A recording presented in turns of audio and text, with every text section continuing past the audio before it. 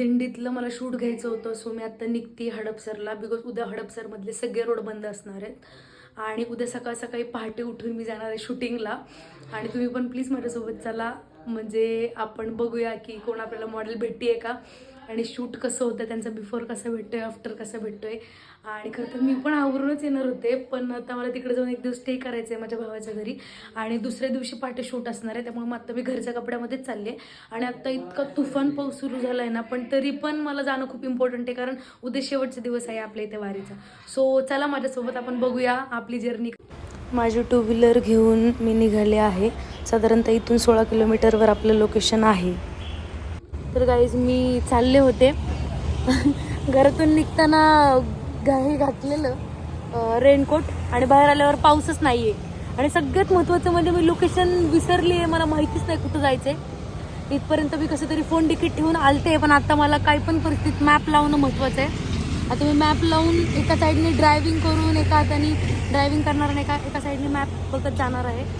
मला कळते गाईज की मी रोड चुकली आहे. ऑलरेडी 9:30 पावणे 10 मला इथेच वाजलेत आणि रोडला जाम ट्रॅफिक आहे, कारण वारकरी लोक रोडनी चाललेले आहेत, त्यामुळे भयंकर ट्रॅफिक आहे.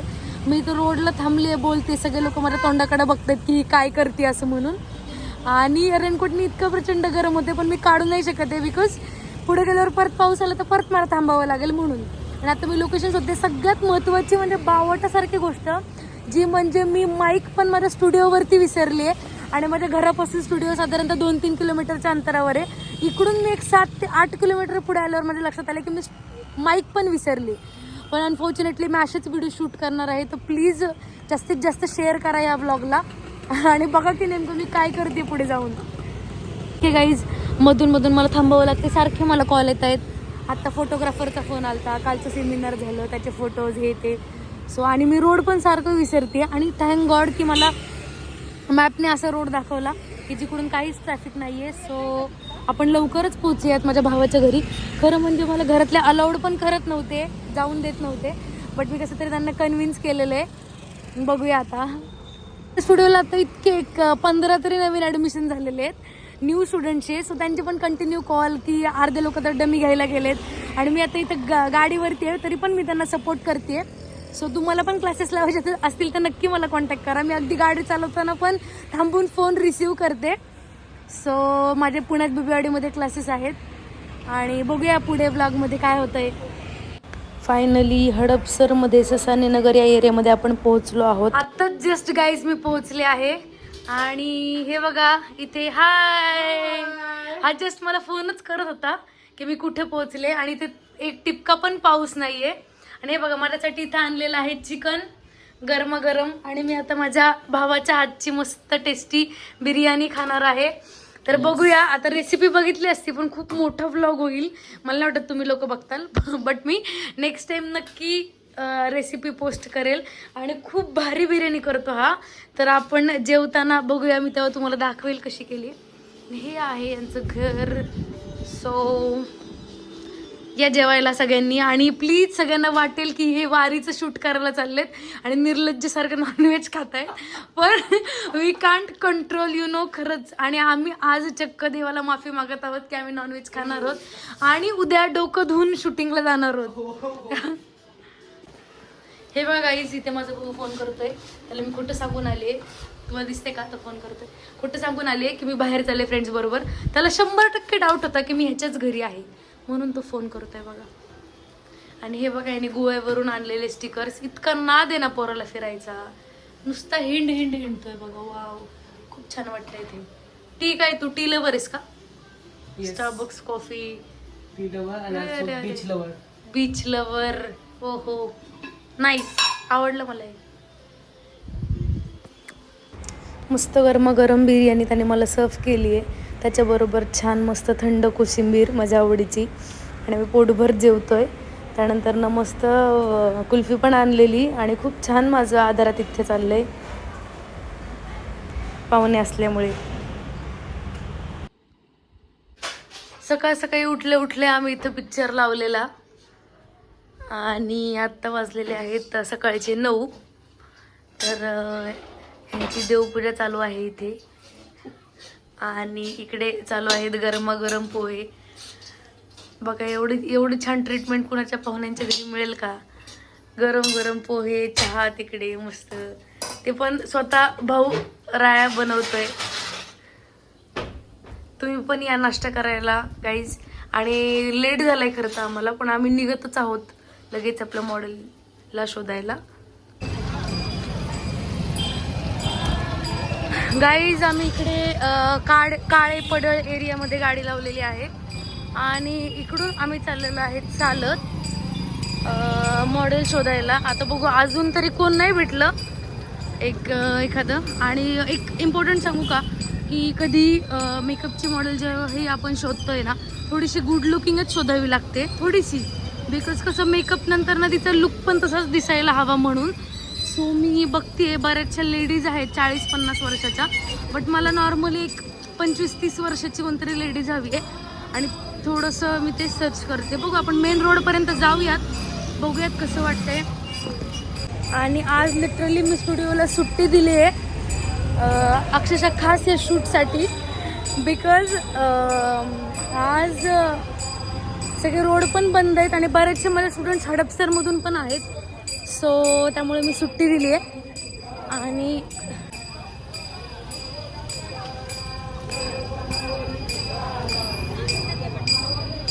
गाईज तुम्ही ह्याची नाटकं बघू शकता. हा फुल व्हाईट कपडे वगैरे घालून, व्हाईट शूज मॅचिंग, एकदम नटून बाहेर पडलाय एकदम आवरून. एवढं लेट झालं तरी हा मेकअप करत होता अर्धा तास. त्यानंतर आम्ही निघलेलो आहोत. आणि तुम्हाला असा गैरसमज होऊ शकतो की मी स्कार्फ बांधून का चालते, मी विदाऊट स्कार्फ थोडं आवरून व्यवस्थित प्रॉपर जायला हवं होतं. बट गाईज मी मेकअपचं सामान पण इकडे काहीच नाही आणलं. आणि दुसरी महत्त्वाची गोष्ट म्हणजे पावसाचं वातावरण आहे, बट ऊन पण आहे थोडंफार इथे. आणि उन्हाने माझं जस्ट स्किन ट्रीटमेंट झालेली आहे. सो उन्हाने माझी स्किन लिटरली जळती आहे. तुम्ही माझ्या इंस्टाग्रामला बघितलेच असतील व्हिडिओज. आम्ही ट्रिपला गेलो लोणावळ्याला, मी माझ्या स्टुडंटची ट्रिप नेली होती. तर तिकडे इतकं ऊन होतं त्या दिवशीच्या दिवशी आम्ही गेलतो. तर माझी स्किन पूर्ण लिटरली भाजलेली, पूर्ण स्किन निघलेली. त्यामुळे मी सध्या एक्सपोज टू सनलाईट नाही जाऊ शकत, त्यामुळे मी स्कार्फ बांधला आहे. आणि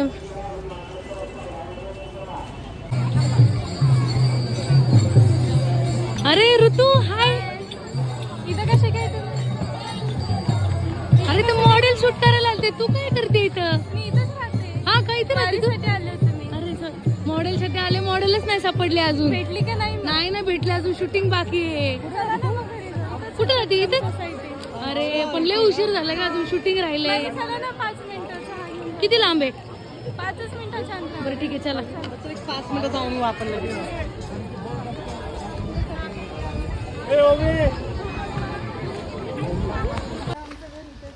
हे घर आहे का? छान घर आहे का? हा का, नाईस, मस्त आहे. हे बघ पाऊस सुरू झाला.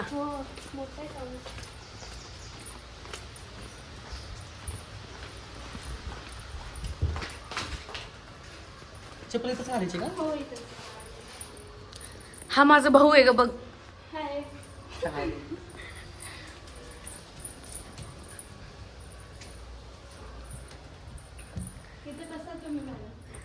वाव, छान घर आहे ग, मस्त. हो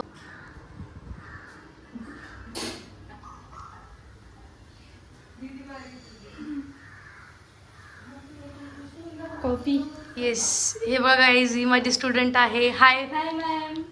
आणि या माझ्यासाठी कॉफी बनवत आहेत. बघा किती काय म्हणतात त्याला, एवढे लाड होत आहेत बघा स्टुडंटच्या घरी. आणि तुम्हालाही जर क्लासेस लावायचे असतील तर नक्की विजिट करा. बिबेवाडी एरियामध्ये आपले क्लासेस आहेत. माझा नंबर डिस्क्रिप्शनमध्ये दिलेला आहे. बिबेवाडी पुणे येथे, ओके. कारण खूप लोकांचे मला पुण्याच्या बाहेरून कॉल येत आहेत रोज. सो मी त्यांना तेच सांगते की आपले क्लासेस पुण्यात आहेत, तुम्ही तिकडे राहायची पण सोय आहे किंवा डायरेक्ट मला कॉल पण करू शकता. मी सगळे तुम्हाला डिटेल्स सांगेल. आम्ही सगळ्यांनी मस्तपैकी वारीमध्ये टिक्का वगैरे लावला, मी, माझी स्टुडंट आणि माझा भाऊ सगळ्यांनी. आणि त्यानंतर आम्ही मॉडेल शोधायला निघालो. त्या गर्दीमध्ये काहीच मला कोण मिळालंच नाही, सगळे पुण्यातलेच दिसत होते. मग फायनली एका साईडला एका मंदिरात त्या गणपतीच्या आम्ही आलो. इथे मला एक ताई सापडल्या, एक 40 साधारणतः वय होतं त्यांचं, 35-40 काहीतरी. त्यांची स्किन पण खूप छान होती, इम्पॉर्टंट म्हणजे मला त्या आवडल्या. मग मी त्यांना विचारलं असं असं, त्या खरं तर येत नव्हत्या, पण मी कसं तरी रेडी केलं आणि त्यांना नेलं स्टुडिओवरती. स्टुडिओ पण त्यांना खूप आवडला आणि मग नंतर ना आम्ही त्यांचा मेकअप सुरू केला. हे माझं स्टुडिओ आहे, बिबीवाडी एरियामध्ये आहे पुण्यात. तर नक्की जर कोणाला क्लासेस करायचे असतील प्रोफेशनल मेकअपचे तर मला कॉन्टॅक्ट करा. माझा नंबर मी खाली मेन्शन केलेला आहे आणि मी फोनवरच तुम्हाला सगळे डिटेल्स देईल. जर तुम्ही आउट ऑफ पुणे असाल तरी पण आपल्या इकडे राहायची खायची प्यायची सोय पण आहे. सो नक्की कॉन्टॅक्ट करा. मग यांची थ्रेडिंग वगैरे पण मी केली, कारण थ्रेडिंग, अप्पर लिप्स वगैरे हे करणं खूप इम्पॉर्टंट आहे. फेसवरती जे हेअर असेल तर ते चांगला लुक नाही देत. सो मी ते सगळं केलं. त्यानंतर मग मी थोडं त्यांचं क्लीनअप स्क्रब वगैरे केलं, कारण त्या उन्हात वगैरे चालत होत्या तर डेड लेअर फेसवरती खूप आलता. मग त्यानंतर मी मेकअप स्टार्ट केला. लेन्स खरं तर लावायला जमतच नव्हती त्यांना, कारण त्या डोळे खूप झाकत होत्या, पण तरी पण मी कशी तरी लेन्स अप्लाय केली. आणि हेअर पण थोडीशी ड्राय आणि डॅमेज्ड होते, बट मी प्रॉपर त्याला सिरम लावून प्रॉपर छान त्यांना सूट होईल अशी हेअरस्टाईल केली. खरं तर मला थोडासा फॅन्सी लुक करायचा होता गाईज, पण नाही जमला, कारण आपला लुकच वारकरी लुक आहे म्हणून. सो कसा वाटतोय मेकअप बघा. हा आहे आपला फायनल लुक आणि कसा वाटला नक्की सांगा. मेन्शन करा मला, हे इंस्टाग्रामला पण फॉलो करा, माझा ID पण मी मेन्शन करते. आणि महत्त्वाचं म्हणजे कमेंट करा कसं वाटते. नेक्स्ट लुक कुठल्या टाईपचं तुम्हाला बघायला आवडेल ते मला सांगा. आणि ह्या आहेत माझ्या स्टुडंट्स, साईडला बसल्यात, ज्या पुण्याच्या जवळपास राहतात, ते माझ्याकडे क्लासला आहेत. आणि ही पण माझी स्टुडंट आहे जी हडपसरमध्ये भेटलेली, ती पण त्यांचं शूटिंग घेत आहे.